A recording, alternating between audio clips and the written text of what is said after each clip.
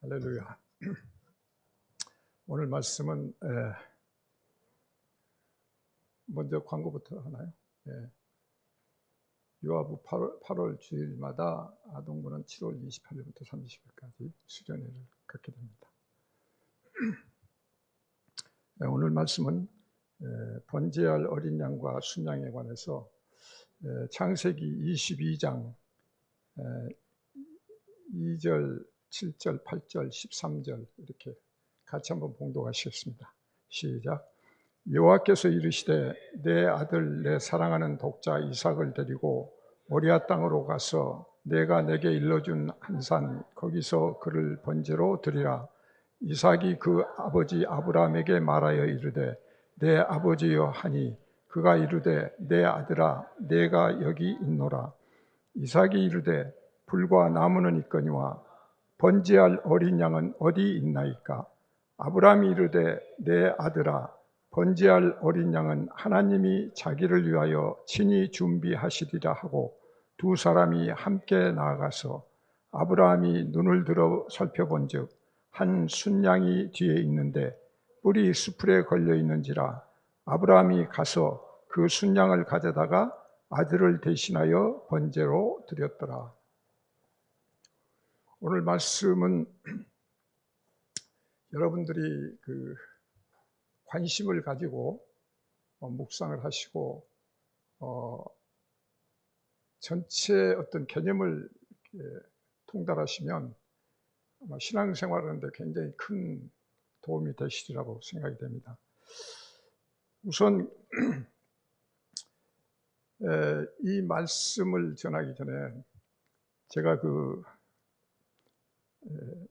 신의 존재에 대한 이 질문들을 제가 좀 소개를 잠깐 하려고 그러는데, 이 질문이 이제 여러분 잘 아시다시피 삼성의 전 회장님 이병철 회장님인데, 그분이 돌아가시기 전에 계속 목회자들한테 질문을 던진 게 있어요. 그게 뭐냐면 신의 존재를 어떻게 증명할 수 있으며 왜 자신의 존재를 똑똑히 드러내 보이지 않는가. 두 번째는 신은 우주 만물의 창조주라는데 무엇으로 증명할 수 있으며 인간도 오랜 진화 과정의 산물이라는데 신의 인간 창조와 어떻게 다른가. 신이 인간을 사랑했다면 왜 고통과 불행과 죽음을 주었으며 왜 악인을 만들었는가. 네 번째, 예수는 우리 죄를 대신 속죄하기 위해 죽었다는데 우리 죄란 무엇이며 왜 우리로 하여금 죄를 짓게 내버려 두었는가. 다섯 번째, 종교란 무엇인가? 왜 인간에게 필요한가? 여섯 번째, 성경은 어떻게 만들어졌으며 하나님 말씀이라는 것을 어떻게 증명할 수 있는가? 영혼이란 무엇이며 죽은 후에 영혼은 죽지 않고 천국 또는 지옥에 간다는 것을 어떻게 믿을 수 있는가? 지구의 종말은 언제 오는가? 그분의 질문상이 25가지인가로 되어 있습니다. 그런데 제가 예기치 않은 선물이라는 그 책을 쓰면서 그 부분을 제가 압축에다가 기록한 적이 있는데, 오늘 말씀을 준비하면서 이 말씀이 이제 생각이 난다. 이게 우리 모두가 갖고 있는 공통적인 질문일 거다. 그런데 여기에 대한 답을 갖지 못하기 때문에 그리스도인들은 신앙을 제대로 지키지 못하고 늘 방황하게 되고, 믿지 않는 사람들은 이것을 해결하지 못하니까, 모르겠어요. 이분이 완전히 터득하고 가셨는지 모르겠는데 계속 만날 때마다 질문했던 이 문제, 사실은 이거야 하고 답을 받을 수 있는 그런 여건이 우리가 안 돼 있을 수 있죠. 그리고 우리가 저렇게 이제 질문할 정도로 되면 그 질문을 통해서 우리가 믿음으로 나아가게 되는 거죠. 그래서 이 과정이 중요하다. 그래서 우리는 이 믿음이라는 것은 질문을 통해서, 또 질문은 믿음을 통해서 형성이 되는데, 이 과정을 오늘 주시는 말씀을 통해서 한번 보는데, 사실 믿음이라고 하는 것은 우리가 하나님의 어떤 하시는 일을 얘기하는 거죠. 우리가 믿는다 그럴 때 무슨 세상적으로 지하철이 안전할 거야 하고 믿고 타는 거하고 버스가 안전할 거야 하고 믿고 타는 거하고 질적으로 다르죠. 그런데 하나님, 우리가 우주를 창조하시고 우리에게 생명을 주신 그 하나님의 모든 일하신 그런 것들이 믿음으로 표현이 된다. 그래서 원래 이 믿음이라고 하는 것은 어떻게 사유를 해서 이게 해결이 될 문제는 아니죠. 그러니까 자기가 사유하고 생각할 수도 있지만 사실은 실증적인 어떤 근거들을 바라고 그러잖아요. 그렇게 해서 이 믿음이 쌓이고 쌓이면서 이 믿음도 단계적으로 나아간다. 어느 날 한순간에 그냥 깨달은 경우도 있지만 그때는 특별히 성령께서 역사하실 때 그 부분을 우리는 성경에서 가끔 보죠.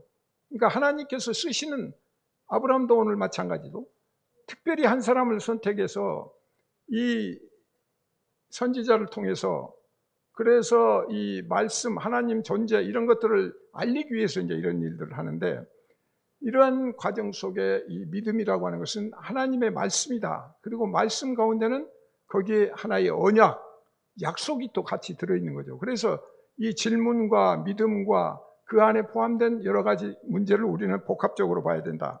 그런데 이 아브라함이라고 하는 존재는 사실은 오늘날 세계 종교가 5대 종교라고 그러죠. 그런데 불교와 유교를 빼놓고는 모든 그 종교가 기독교, 유대교, 이슬람교 이 믿음의 조상으로 삼고 있죠. 그래서 우리가 똑같은 하나님이라고 하는데 여기서도 구별을 할 수가 있어요. 기독교의 하나님과 유대교의 하나님과 이슬람의 하나님이 어떻게 다른가? 그래서 이 부분을 총체적으로 이렇게 봐야 되는데 오늘 시간이 부족하기 때문에 우선 그 나머지 부분은 다음에 한번 설명을 드리고 여러분들이 큰 시각에서 큰 그림에서 이것을 한번 보시면 좋겠다. 그래서 우리는 보통 성경을 읽을 때 이제 숨은 주제가 뭐고 그 다음에 여기 주어는 누군가 그러가 하나님인가 아브라함인가 이삭이나 이런 것들을 우리는 한 번씩 그 체크를 해보면서 봐야 된다. 그래서 하나님 중심의 이 사고를 우리는 가져야 된다. 왜냐하면 우리는 보통 성경을 읽을 때도 그렇고 보통 이 중심이 자기 중심이죠. 그리고 내가 있고 나라고 이렇게 생각을 하니까 이 해석에 어떤 갭이 생기고 문제가 생길 수가 있다. 그렇기 때문에 이런 부분들을 우리는 잘 좀 감안하면서 나가야 되는데 어떻든 성경의 모든 말씀과 사건, 사유는 하나님으로부터 나오는 거죠. 그러니까 원래 창조하신 하나님으로부터 시작해서 결국은 우리 인간한테 거쳐서 다시 하나님한테 돌아가는 이 시스템을 우리는 늘 생각해야 된다. 근데 우리는 하나님이 주신 것을 내 안에서 새기고 그냥 거기서 끝나버리면 그것은 말이 안 되는 거예요. 왜? 하나님이 지금 명령을 주셨거든요. 그러면 그 명령을 통해서 우리는 그걸 받아들여야 되는데 그것이 잘못되면 안 된다. 그래서 그런 관점에서 우리는 창세기 22장 2절에 보면 여호와께서 이르시되 내 아들 내 사랑하는 독자 이삭을 데리고 모리아 땅으로 가서 내가 내게 일러준 한 산 거기서 그를 번제로 드리라 이렇게 말씀을 해요. 번제로 드리라. 그러니까 이거 명령이거든요. 근데 이 명령은 결국은 그 구약에 보면 이 바알신을 모시고 하는 사람들이 계속 그 인신 공양이라고 그러죠. 그래서 어린애들을 갖다가 제사 죽여서 제사를 드리는 그런 것들이 그 당시에 있었는데 그렇다면 하나님이 이런 명령을 내리신 것은 과연 옳은가? 왜 하나님이 이 바알신들한테 인신공양하고 오는 것도 있을 때는 내가 명령한 거 아니야 그러고 계속 부인하셨는데 그런데 이 이삭을 바치라고 한다고 하는 것은 하나님의 어떤 모순과 이율배반적인 걸 우리가 받아들일 수가 있다. 그렇기 때문에 우리는 미가서 6장 6절 8절에 보면 내가 무엇을 가지고 여호와 앞에 나가며 높으신 하나님께 경배할까? 내가 번제물로 1년 된 송아지를 가지고 그 앞에 나갈까? 사람아 주께서 선한 것이 무엇임을 내게 보이셨나니 여호와께서 내게 구하시는 것은 오직 정의를 행하며 인자를 사랑하며 겸손하게 내 하나님과 함께 행하는 것이 아니냐 이렇게 지금 얘기를 하시거든요. 그러니까 하나님이 지금 원하시는 것은 무슨 그 재물 갖다 바치라는 건 아니죠. 그런데 구약 시대도 그렇고 오늘날 우리도 하나님한테 뭐 재물을 바치는 것이 모든 것을 해결하는 것 같은 그런 착각 속에 있다. 근데 그거는 부수적이라는 거죠. 그러니까 앞뒤가 바뀌면 안 된다는 거. 이걸 우리가 이제 잘 개념을 두고 오늘 그 아들을 이제 바치라고 했는데, 여기에서 이제 우리가 한번 봐야 되는데, 아들을 바치라고 했을 때 우리가 인간 중심으로 보면, 아브라함 중심으로 보면 우리가 설교도 그렇고 성경을 읽을 때 어떻게 됩니까? 자기 사랑하는 아들, 독자, 이걸 바치라고 했으니 이게 하나님을 원망하기도 하지만, 아브라함이 얼마나 고통스럽고 얼마나 밤새 몸부림쳤을까. 이제 인간 중심으로 보면 그렇게 보죠. 그런데 오늘 전체 맥락을 잘 보셔야 되는데, 아브라함은 아침 일찍, 22장 3절에 보면 아브라함이 아침 일찍 일어나서 나귀의 안장을 채우고 두 종과 그의 아들 이삭을 데리고 번제에 쓸 나무를 쪼개어 가지고 떠나 하나님이 자기에게 알려주신 곳으로 갔다. 그러니까 아침에 일찍 일어났어요. 그러니까 거기에는 조금 더 주저하거나 이런 것들이 많이 생각이 됐죠. 만약에 그것이 자기 아들을 죽일까 말까, 내가 어떻게 아들을 죽일 수 있어, 독자인데, 막 이런 식으로 고민하고 그랬다면 밤새 이게 이제 영적 전투가 되는 거죠.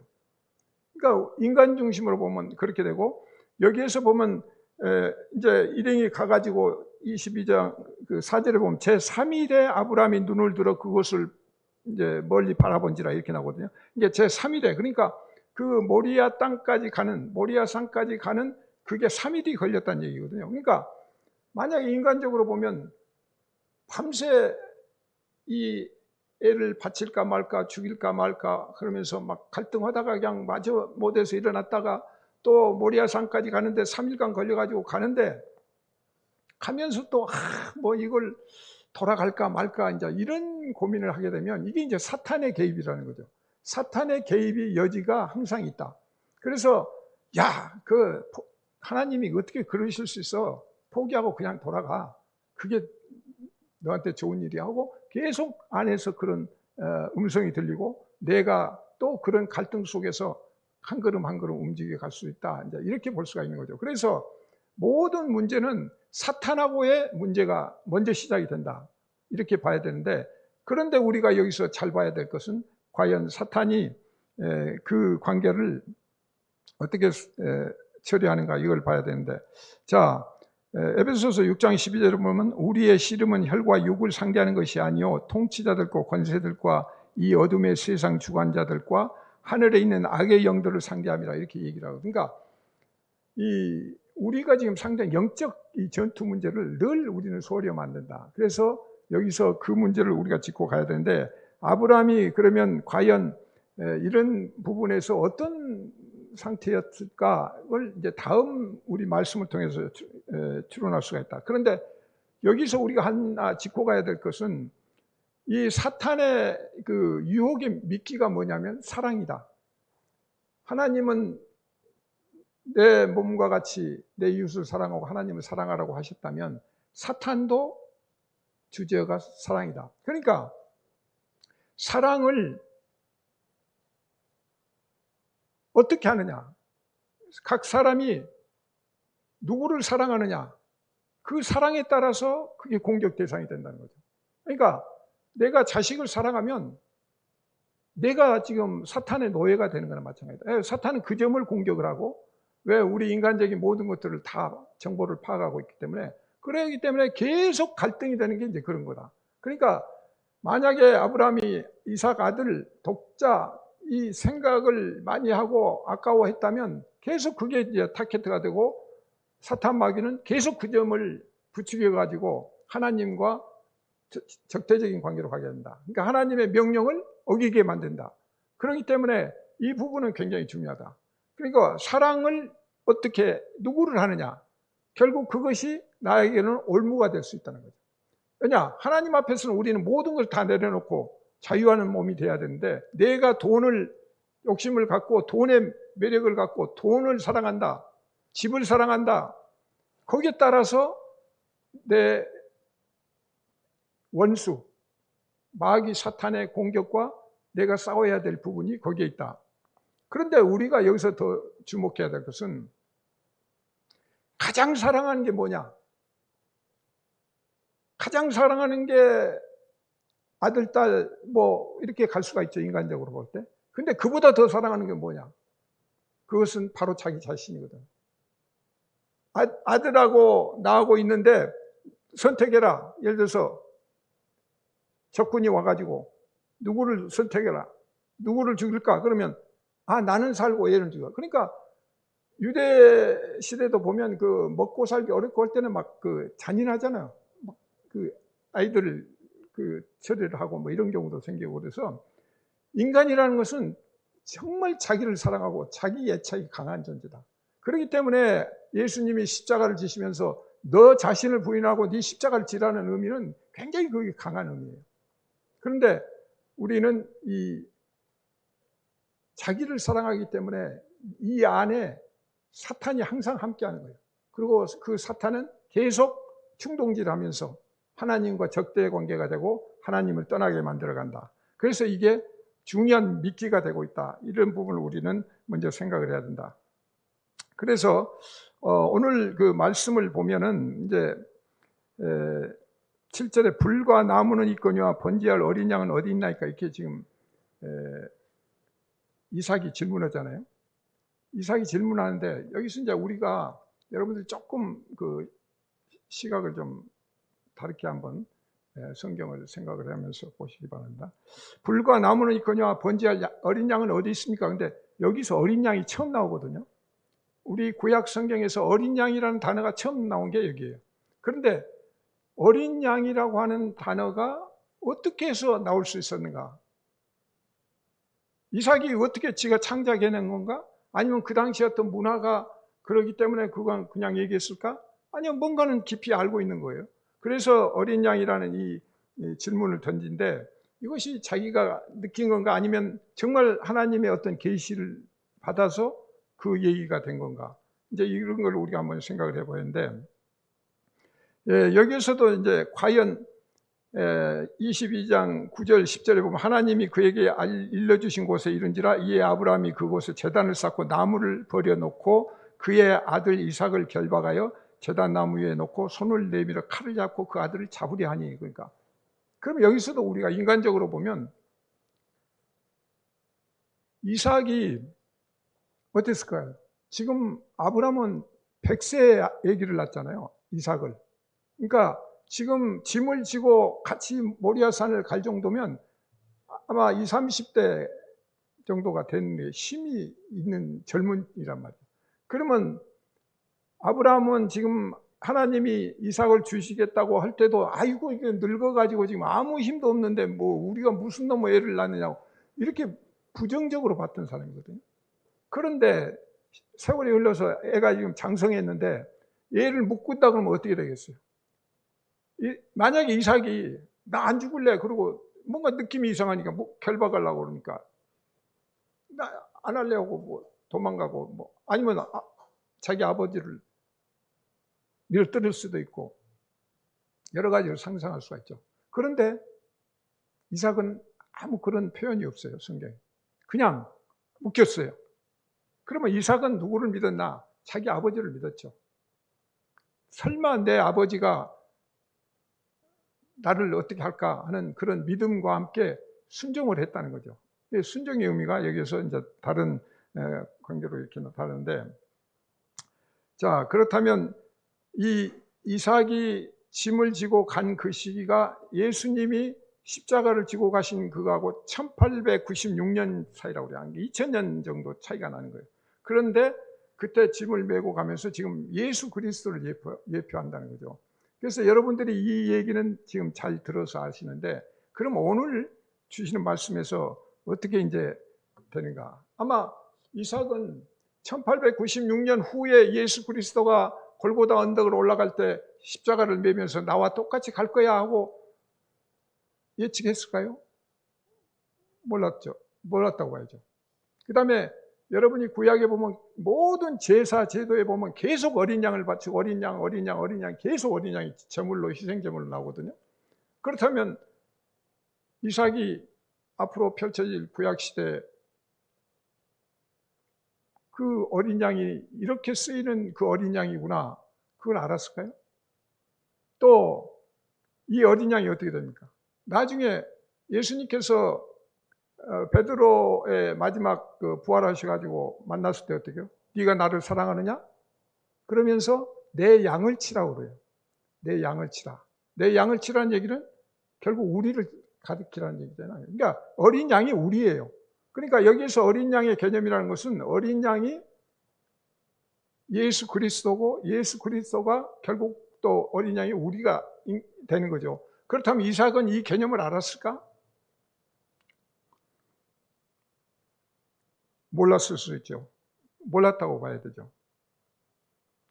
누가복음 10장 3절은 갈지어다 내가 너희를 보냄이 어린 양을 이 가운데로 보낸 것 같도다. 예수님이 제자들을 보내면서도 어린 양을 이리 가운데 보낸 것 같다 이렇게 표현을 하셨거든요. 그래서 이 부분을 우리가 생각을 하면서 8절에 보면 이제 거기에 대한 답변을 아브라함이 하거든요. 번제할 어린 양은 하나님이 자기를 위하여 친히 준비하시리라. 근데 여기가 굉장히 지금 우리가 깊이 생각해야 될, 묵상해야 될 주제가 있다. 번제할 어린 양은 하나님이 자기를 위하여 친히 준비하신다. 그러니까 우리가 성경을 읽는 모든 부분은 여기에서 지금 답을 찾아야 돼요. 모든 게 하나님이 주관하시고 하나님이 창조하시고 하나님이 역사하시고 섭리하시고 하나님이 구원하시고 하나님이 마무리를 다 하시는 거예요. 그러니까 십자가가 이게 연결이 되고 십자가도 하나님이 지신 거잖아요. 그러니까 이 개념을 우리가 확실하게 가져야 우리가 자유할 수가 있고 그 신앙생활에서 바른 길을 갈 수가 있는데 그게 안 되니까 자꾸 이제 이럴까 저럴까 또 율법적으로 이래야 돼 저래야 돼 이게 맞아 저게 맞아 성경에서는 이렇게 얘기하는데 또 딴 데서는 다른 얘기하니까 막 이렇게 왔다 갔다 할 수가 있는 거죠. 그래서 이 부분이 굉장히 중요한 게 첫째는 하나님의 주권을 인정한다는 거죠. 하나님이 창조주시다. 그리고 모든 섭리를 주관하시는 통치자이시다. 이제 이런 개념이 먼저 딱 드는 거죠. 그러니까 우리가 오늘 하루하루 살아가는 것도 하나님의 섭리 안에서 모든 게 지금 움직여지고 있다. 머리카락 하나 빠진 것도 다 세신다고 그랬으니까 그 정도 하나님이면 우리의 숨소리 하나 발걸음 하나도 사실은 다 체크하고 계시는 거예요. 그런데 내가 내 걸음으로 옮겼다고 그래서 하나님이 안 계시다? 이게 아닌 거예요. 그 협력하여서 모든 것들이 하나님이 선한 방향으로 인도해 가시기 때문에 그 개념을 우리는 같이 가져야 된다. 그래서 이 창조의 그 신비와 오묘한 이런 부분들이 결국은 그 하나님의 묵시와 의지, 원래 창조 계획을 하셨다면 묵시를 하신 거고 그 묵시를 통해서 이제 계시를 해주시고 그것을 우리가 알게 되는 것이잖아요. 이제 그런 관점에서 우리는 이 아브라함의 답변을 통해서 깊은 우리의 그 신앙적인 그걸 가져야 된다. 그러니까 여기서 잘 생각해 보면 지금 명령은 받았고 아들 데리고 가잖아요. 근데 하나님이 자기를 위해서 친히 준비하신다고 했을 때 그렇다면 아브라함은 어떤 생각을 했을까요? 하나님이 이삭을 제물로 바치라고 하셨으니까 이삭이 제물이야 이렇게 생각할 수도 있죠. 1차적으로. 그런데 그것을 넘어선 믿음으로 봤을 때는 그게 아니죠. 오늘 문제는 여기 있어요. 이삭이 그러니까 조금 더 욥에 나온 얘기로 보면 주신 이도 여호와시오 거둬가신 이도 여호와시고 여호와 이름이 찬송받을지어다. 그러니까 그런 개념으로 모든 게 하나님이 주시고 거둬가신다. 그러니까 이삭도 나한테 주셨고 그러니까 거둬가신 것도 하나님이 거둬가실 수 있다. 이렇게 볼 수도 있고 또 아니면 그 믿음 과정을 통해서 하나님은 절대 그런 인격적인 분이 아니시다. 하나님은 선하신 분이고 사랑하시는 분이니까 그럴 분이 아니다. 이제 이런 개념을 갖고 보면 사실은 차원이 넘어지는 거죠. 그러니까 우리가 신앙생활하면서 그 경지에 가면 정말 자유할 수가 있죠. 모든 게 다 넘어갈 수 있는데 이 부분을 우리는 잘 알아야 되는데 창세기 22장 1절에 보면 그 일 후에 하나님이 아브라함을 시험하시려고 그를 부르시되 아브라함아 하시니 그가 이르되 내가 여기 있나이다. 그래서 여기서 보면 지금 22장 1절이 이렇게 시작을 하거든요. 그러니까 시험을 하기 위해서 부르셨다고 그러거든요. 그러면 하나님은 시험도 안 하신 분이고 시험 받지도 않고 이제 야고보서에 그렇게 나오는데, 자, 그런데 여기서 시험이라는 개념을 우리는 어떻게 봐야 될 건가? 그러면 우리는 시험을 어떤 그 물리적인 거나 또 다른 어떤 걸 보는데, 저는 이제 여기서 시험은 믿음의 시험이다. 믿음을 지금 시험하는 거다. 근데 믿음의 시험이라는 것이 말씀을 잘 깨닫고 이해하고 충분히 했느냐는 그 믿음에 대한 시험이다. 저는 그렇게 지금 해석을 하고 싶고, 또 그러기 때문에 이 하나님의 비밀을 얼마만큼 잘 깨달았는가. 왜? 하나님이 말이죠, 불렀어요. 하나님이 아브라함을 우리에서 불렀잖아요. 그래갖고 가나안으로 인도하시고 하는데, 모든 과정을 보면 단계 하나님은 아브라함을 교육을 시킨 거예요. 훈련을 시킨 거예요. 하나님 자신을 계시를 통해서 계속 알아먹도록, 하나님 존재를 알아먹도록 계속 그 단계가 있거든요. 그래서 그 자세한 부분은 우리가 다음에 또 논하더라도 개괄적으로 일단 보시면, 자, 계시를 이해했는가? 내가 계속 했는데 이 계시가 제대로 이해가 됐는가? 왜? 모든 지금 민족들의 앞으로 그 조상, 믿음의 조상으로 지금 세워야 되니까.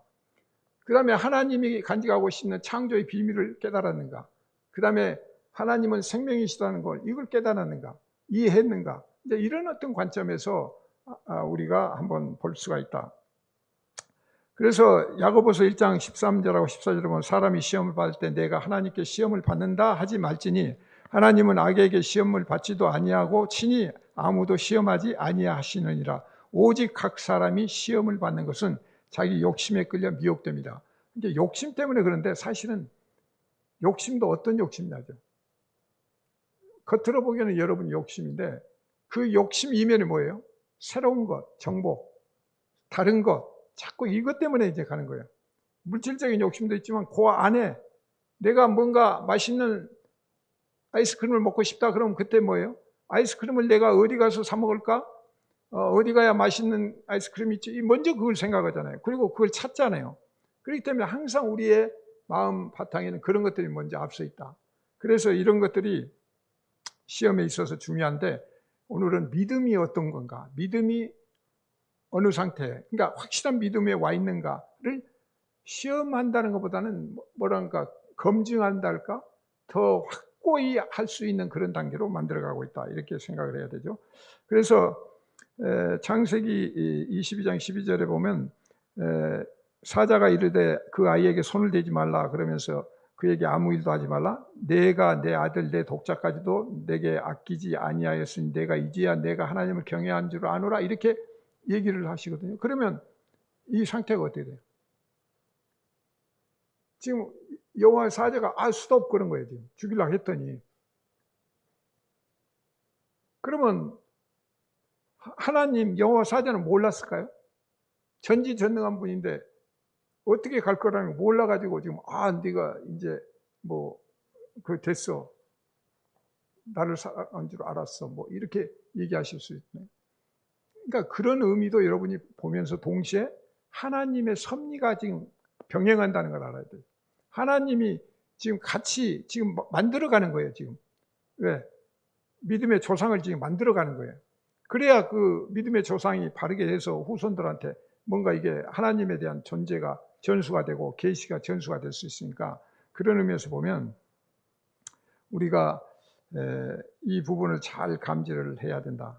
그래서 여기에서 이제 인정을 해주는 그런 부분이 있는데, 우리가 지금 그 12월서 17장 18절에 보면, 아브라함은 시험을 받을 때 믿음으로 이삭을 드렸으니 그는 약속들을 받은 자로되 그 외아들을 드렸느니라.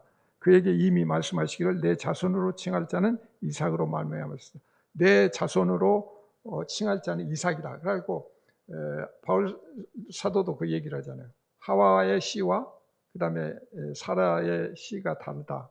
그래서 사라의 씨가 하나님이 인정하는 정식적인 라인이다, 이제 이걸 분명히 해주는데, 마찬가지로 지금 하나님이 이스마엘이 먼저 낳았잖아요. 그런데 나중에 이삭이 날 거야 이렇게 하면서 여기에서 이제 정해 주셨기 때문에 아브라함 입장에서 보면 이 말을 믿으면, 아니 하나님이 아들 이삭을 주시고 그 아들 이삭을 내 후손이 되겠다고 하셨다면 너 모리아산에 가서 바쳐온다고 그래서 설마 죽이리라고 생각을 안 한 거죠. 그렇죠. 그런 믿음이 되는 거죠. 믿음 분량이 커진 거죠. 그러니까 그 정도 우리가 믿음이라는 것은 우리의 그 능력과 이것을 훨씬 뛰어넘는 그 차원까지 갈 수가 있다는 거죠. 히브리서 11장 19절에 그가 하나님이 능히 이삭을 죽은 자 가운데서 다시 살리실 줄로 생각한지라 비유컨대 그를 죽은 자 가운데서 도로 받은 것이다. 죽은 자 가운데서 도로 받은 거나 마찬가지다. 이게 이제 상징이지만 이렇게 지금 뭔가 메시지를 지금 우리한테 주려고 하신 거다. 그래서 이 부분을 우리가 생각하면서 우리가 이제 잘 봐야 될 것은 지금 아브라함은 그러니까 앞뒤를 보더라도 하나님이 아들 이삭을 죽이리라고 생각을 하는 거죠. 거기까지 그걸 넘어선 믿음을 가진 거죠. 이게 중요하다는 거예요. 22장 5절 6절에 보면 그 모리아산 다 가가지고 나귀하고 종하고 이렇게 같이 갔잖아요. 근데 거기서 하는 얘기가 내가 아이와 함께 저기 가서 예배하고 우리가 너희에게로 돌아오리라. 우리가 나하고 이삭하고 둘이 가서 예배 드리고 돌아오리라. 우리가 돌아온다. 그러니까 죽으리라고 생각하는 거예요. 그러니까 우리는 사람 중심으로 아브라함 중심으로 계속 그렇게 해석하고 그렇게 보면 얼마나 인간적인 고통을 했을까. 뭐 그러다 보니까 하나님한테 왜 하나님은 이렇게 못된 짓을 하십니까? 뭐 이런 질문이 나오는 거예요. 그러니까 답이 없죠. 근데 벌써 새벽 일찍에 일어났죠. 그 다음에 가면서 우리 돌아올 거니까 기다리고 있으라. 그렇게까지 지금 한 상태죠. 그래서 이런 부분들을 우리가 한번 생각하면서 아브라함의 믿음이 성장 단계로 이렇게 가는데 이런 단계를 우리가 보는데, 자 그러면 어떻게 해서 이 믿음을 가질 수 있었는가? 아까 잠깐 말씀드렸는데 이 믿음을 갖는다고 하는 것은 하나님이 계속 훈련을 시켰다는 거죠. 그 과정을 여러분들이 이제 성경을 보면서 좀 다시 한번 읽어보시면 하나님이 지금 그러니까 창조하신 분이 자기를 나타내야 돼요. 하나님, 내가 하나님이야. 이걸 지금 알려줘야 돼요. 그런데 영이시니까 못 알아봐요. 그러니까 이걸 지금 알려주기 위한 방법으로 지금 고심하면서 지금 여러 가지 방법을 쓰시는 거예요. 그래서 아브라함이 99세 때에 이제 여호와께서 아브라함에게 나타나서 그에게 이르시되 나는 전능한 하나님이라 너는 내 앞에서 행하여 완전하라. 그래서 전능한 하나님이라는 걸 먼저 전제를 밝히시죠. 그리고는 7절 8절에 가서 내가 내 언약을 나와 너 및 내 대대 후손 사이에 세워서 영원한 언약을 삼고 너와 내 후손의 하나님이 되라. 그래서 하나님이 되라는 걸 또 나는 전능한 하나님이야. 내가 너희들 후대까지도 내가 하나님이 될 거야. 이걸 지금 약속을 하시다는 거예요. 나는 그들의 하나님이 되라. 이렇게 지금 약속을 해서 이렇게 해주셨는데 그때도 아마 긴가민가 했을 거예요. 왜? 아직 이제 겨우 지금 여기 보면 17장 7, 8절이거든요. 그럼 이때는 이삭을 낳지 않았을 때예요. 이삭도 안 나고 그런데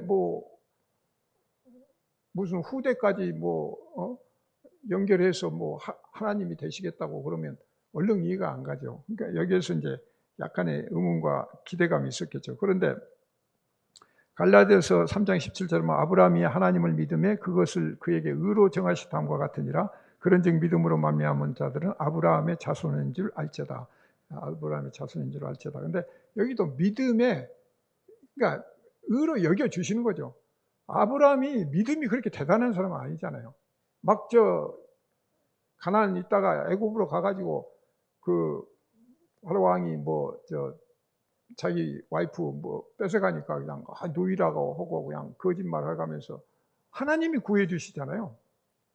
그렇게 비겁한 이삭도 마찬가지예요. 똑같은 그 패턴을 반복하는데 그런 식으로 완벽한 믿음은 아니다. 그러나 하나님은 그 아브라함을 통해서 믿음을 가르치시고 하나님에 대한 존재를 가르쳐주고 그걸 통해서 확실한 그 믿음의 조상이 돼서 그 후손들이 믿음으로 하나님을 믿고 따를 수 있도록 지금 그 작업을 지금 하고 계시는 거다. 그래서 이름까지 바꿔주죠.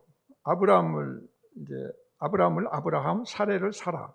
그리고 이삭도 이름을 하나님이 주시고 또 뭐 하갈 그 종이 애 낳았을 때도 이스마엘이라 하고 이름을 다 주시거든요. 그러니까 하나님은 거기까지 디테일하게 지금 다 다루시는 거예요. 그리고 이름 안에 또 의미까지 다 포함해서 열국의 아버지가 될까, 열국의 어머니가 될 거라는 그런 의미까지를 포함해서 지금 다 당겨주시는 거거든요.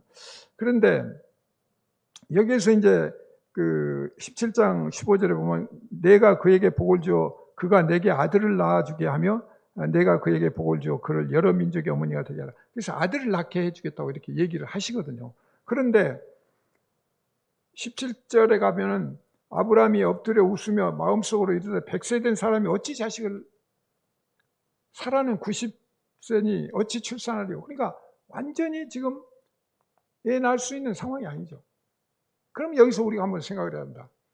왜 하나님이 아브라함, 사라가 좀 더 팽팽할 때 40대나 50대 아니면 30대 젊을 때 이삭을 주셔가지고 애도 좀 잘 낳고 애도 건강하고 뭐 할 텐데 왜 인간적으로는 절망 상태에 있는 그 나이에 100세, 99세, 90세 그래서 100세에 돼야 날 수 있는 그런 상황까지 와서 얘기를 하시는가. 또 그 얘기를 하니까 뭐예요? 다 피식 웃어요. 아브라함도 피식 웃고 사라도 피식 웃어요. 말도 안 된다는 얘기죠. 그런데 여기서 잘 생각해야 되는 건 이삭을 그 나이에 주신 것은 하나님이 인간 너희들 그 힘으로 되는 게 아니라 하나님이라는 존재를 지금 알려주기 위한 거죠. 예수 그리스도를 알려주기 위한 지금 연결된 방법이잖아요. 그래 불가능한. 그러니까 성육신도 이런 개념으로 봐야 돼요. 그러니까 여기서 지금 아브라함이 모든 게 지금 불가능하잖아요. 그런데 애를 낳았어요. 그러면 이게 하나의 성육신의 한 모델이 되는 거죠. 하나님이 성령으로 잉태하게 하셨는지 어떤 방법으로든지 어떻든 하나님에 의해서 이삭이 낳은 거죠. 이게 성육신의 하나의 모델로 지금 제시가 되는 거다. 그렇게 해서 이 전혀 불가능하다. 나이가 많고 여성 생리도 끊어지고 뭐 노쇠하고 이게 불가능하죠, 인간으로. 그런데 이제 그것을 넘어서는 얘기다. 그래서 이제 하나님께서 17장 24절에서 내가 내 언약을 너와 나 사이에 두어서 너를 크게 번성하게 하리라. 보라 내 언약이 너와 함께 있으니. 그러면서 이제 여기에서 어떻든 왜 이렇게 늦게 주셨는가 하는 것을 잘 보면 아까 말씀드린 대로 하나님이 자기 주권, 주도권 이걸 지금 분명하게 인식시키는 거고, 그 다음에 아까 말씀드린 예수 그리스도를 지금 예표하는 어떤 방법으로 이걸 지금 나타내시고, 마지막으로 인간 너희들은 안 되는 거야. 너희들 힘으로 할 건 아무것도 없어. 그냥 순종하고 따라오면 되는 거지. 네가 뭘 해서 뭐 아니 이 세상 만드는 것도 하나님이시고 인간도 하나님이 만드시고 세상 만물을 인간이 만들어서 그냥 쓰면은 거기에 맞춰서 그냥 살면 되는 거지. 지가 뭘 해보겠다고 자기 힘 자랑하고 경쟁하고 이러니까 이거는 아니다. 그래서 이 불가능과 무능과 이런 것들을 자각하고 순종하게끔 만드는 그런 관계가 있다. 그래서 이렇게 나아가는데 어떻든 1년 뒤에 애를 낳을 거라고 이제 찾아와서 얘기를 하시고 그러거든요. 그래서 1년 후에 정말 이삭을 낳았어요. 이삭을 낳았는데 이 1년짜리 이제 언약이 이제 확실하게 증거로 나타나는데 이 결국은 이것이 영원한 약속이 되는 거죠. 그래서 이 모형을 우리가 잘 봐야 된다. 자, 창세기 22장 13절을 잘 보시면 아브라함이 눈을 들어 살펴본 즉 한 순양이 뒤에 있는데 뿔이 수풀에 걸려 있는지라 아브라함이 가서 그 순양을 가져다가 아들을 대신하여 번제로 드렸더니 이제 이 말씀도 굉장히 중요하죠. 그러니까 아까 우리가 지금 그 말씀 구절을 읽었는데 다 연계해서 한번 이렇게 종합적으로 생각해 보시면 자, 여기서 한 순양이라고 그래요. 그러면 여러분이 발견해야 될 것은 왜 한 순양이냐 이거예요. 어린 양이어야 되잖아요. 그리고 어린 양을 예수 그리스도면 반드시 하나님이, 또 아브라함도 하나님이 친히 자기를 위해서 친히 자기가 준비하실 거라고 그랬으면 어린 양을 준비해 놓으셔야 될 거 아니에요. 근데 왜 순양이냐? 왜 순양이냐? 그러니까 여기서 잘 보시면 순양은 뭐예요? 어린 양의 아버지죠. 그죠? 어린 양의 아버지예요. 그러니까 어린 양이 죽어야 될 그 자리에 지금은 하나님이 죽으신 거죠. 아버지 순양이 죽는 거니까 하나님 자신이 죽는 거예요. 죽겠다는 거예요. 이해가 가십니까? 이게 굉장히 중요해요. 하나님이 지금 여기에 계시하고 있는 거예요. 예수 그리스도가 십자가에 죽으셨는데 하나님이 십자가에서 죽으셨다고 할 때 그 개념을 우리는 거기서만 보면 이해가 안 가죠. 무슨 얘기인지. 어떻게 하나님이 죽으셨다고 그걸 뭐 어떻게 예수님이 오셔가지고 성육신에서 뭐 하나님이 오셨다고 하니까 하나님 아들로 오셨는가 보다 그렇게는 아는데, 그런데 십자가에 죽었는데 하나님도 같이 죽으셨다 할 때 그 개념이 안 들어오는 거죠. 근데 여기서 힌트를 주는 거예요. 순양을 준비했어요. 그 순양이 지금 이삭 대신에 죽는 거죠. 그래서 아브라함이 그 순양을 갖다가 제사를 지냈잖아요. 번제를 드렸어요. 그러니까 아브라함이 상징적으로 하나님을 갖다 죽인 거예요. 그죠? 그러니까 우리가 유대인들이 예수 그리스도를 십자가에 못 박아서 하나님을 죽인 거예요. 하나님의 아들을 죽인 거예요. 그러니까 이 개념이 여기서부터 지금 연결이 된다. 그렇기 때문에 하나님이, 예를 들어서 여러분이 의심을 가지면, 그러면 뭐 성경 기록자가 어린 양을 잘못 써갖고 순양으로 썼다 이렇게 해석하고 억지를 부리면 또 할 수 없는데, 이 잘 보세요. 이 성경의 모든 구절은 한치 오차가 없어요. 다 이렇게 비밀처럼 숨어 있거든요. 그러니까 이 부분을 우리가 깨달으면 너무너무 신기하고 재미있고 믿음이 확 가는 거예요. 근데 그게 알아지지 않으면 그냥 덤덤하고 재미도 없고 뭐 그 소리가 그 소리지 뭐 이렇게 돼버렸어요. 자, 어떻든 순양을 준비하셨고 그 순양을 갖다가, 이건 분명히 하나님이 준비하신 순양을 해서 이제 제사를 지냈다. 그래서 순양이 이제 아들 대신에 죽고, 또 하나님이 아들 대신에, 예수 그리스도가 우리 대신에, 이 개념이 이제 여기서 나오는데, 저기 나온 것처럼 첫째 순양은 결국은 어린 양의 아버지가 되는데, 이 어린 양을 준비하는 데 있어서 우리는 아들 예수 그리스도가 이제 연결이 된다, 이렇게 한번 생각을 할 수가 있다. 그래서 여기서 보면 유대교에서 이제 믿는다는 게 여기서 이제 구별이 된 거예요. 유대교는 뭐예요? 하나님을 믿는다고 그러는데 예수 그리스도 안 믿잖아요.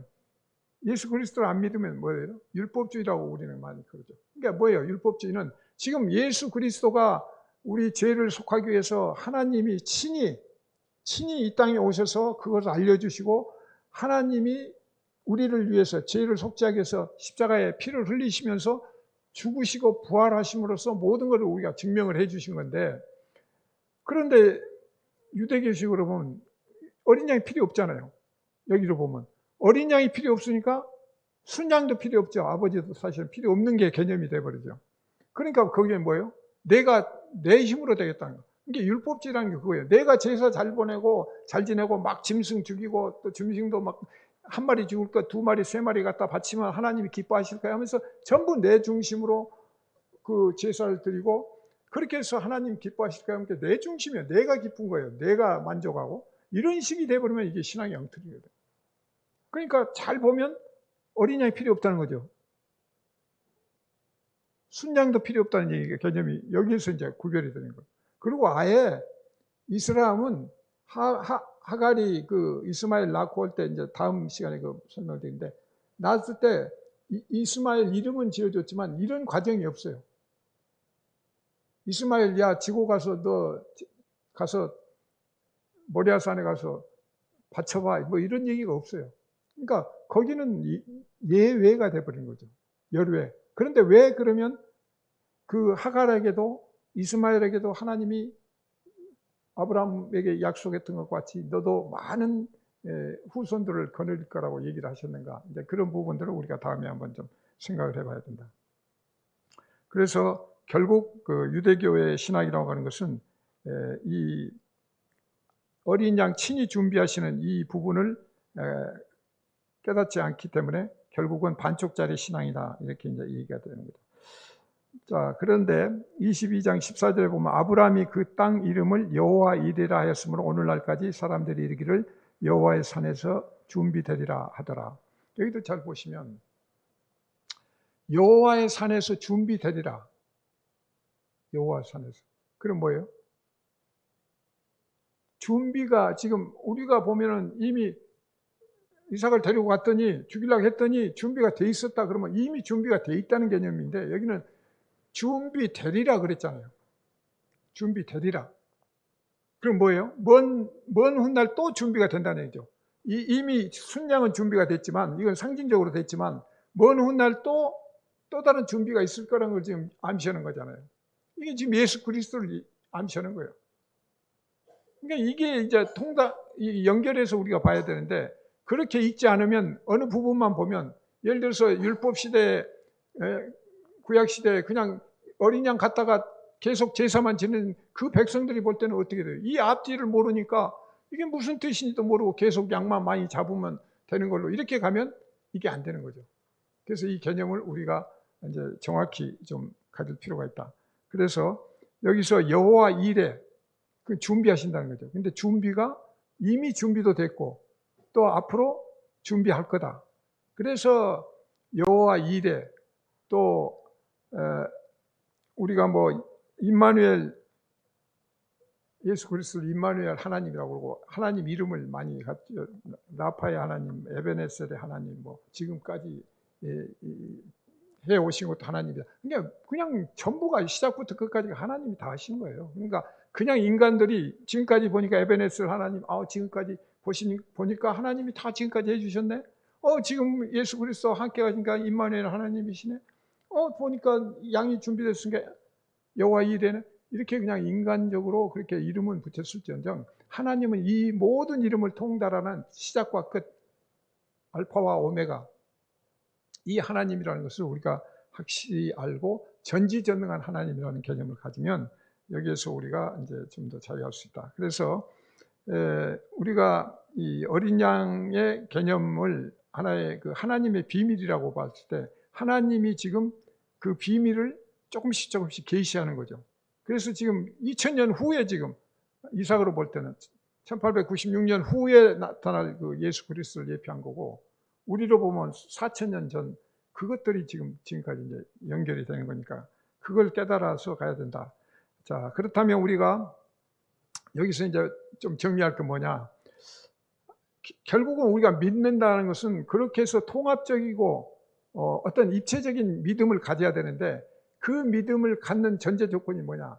우리의 무능을 자인하는 거예요. 나는 정말 흙이야.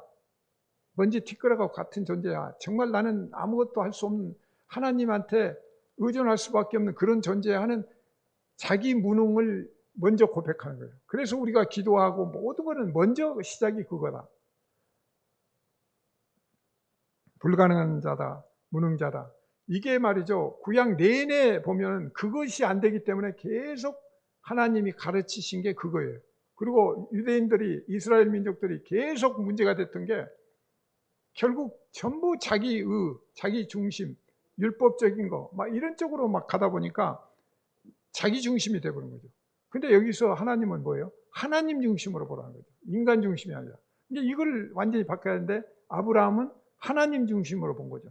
그래서 하나님이 어떻게 하시고 하나님이 어떤 뜻이고 이런 개념을 가졌기 때문에 우리는 이 믿음이라고 하는 것은 하나님 절대 존재를 인정하는 것이고, 또 우리는 하나님한테 절대적으로 의존해야 되는 존재고, 그러면서 우리 자아는 절대적으로 죽어야 되는, 우리가 죽어야 된다. 죽지 않으면 하나님을 만날 수가 없고 볼 수가 없고, 모리아산에 바쳐 그러면 진짜 죽이라고 하고 밤새 고민하다가 진짜 죽일 수도 있고, 아니면 그냥 중간에 돌아와 버릴 수도 있고, 그렇게 해서 그게 사탄하고 영적 전쟁이에요. 얼마나 힘들겠어요. 하나님 명령에 순종을 해야 되겠는데 갈까 말까 뭐 하면서 이게 이제 문제가 되는 거다. 그래서 우리는 이런 부분들을 잘 개념을 가지고 하나님이 전지전능하신 분이다. 그리고 이렇게 여호와 일에 준비하시는 분이다. 그리고 여기에 예수 그리스도를 예표하시고 그 표현 방법으로 지금 이렇게 지금 만들어 가시는데 이것이 2000년 후를 또 다 예측해서 이렇게 하시니까 전체적인 그림도 그렇게 보시면 굉장히 재미도 있고 이게 신비하기도 하고 비밀이 하나씩 벗겨지면서 여러분 신앙생활이 좀 더 돈독해지고 또 그 안에서 여러분들이 더 자유할 수 있다고 이렇게 얘기할 수 있겠습니다. 기도하겠습니다.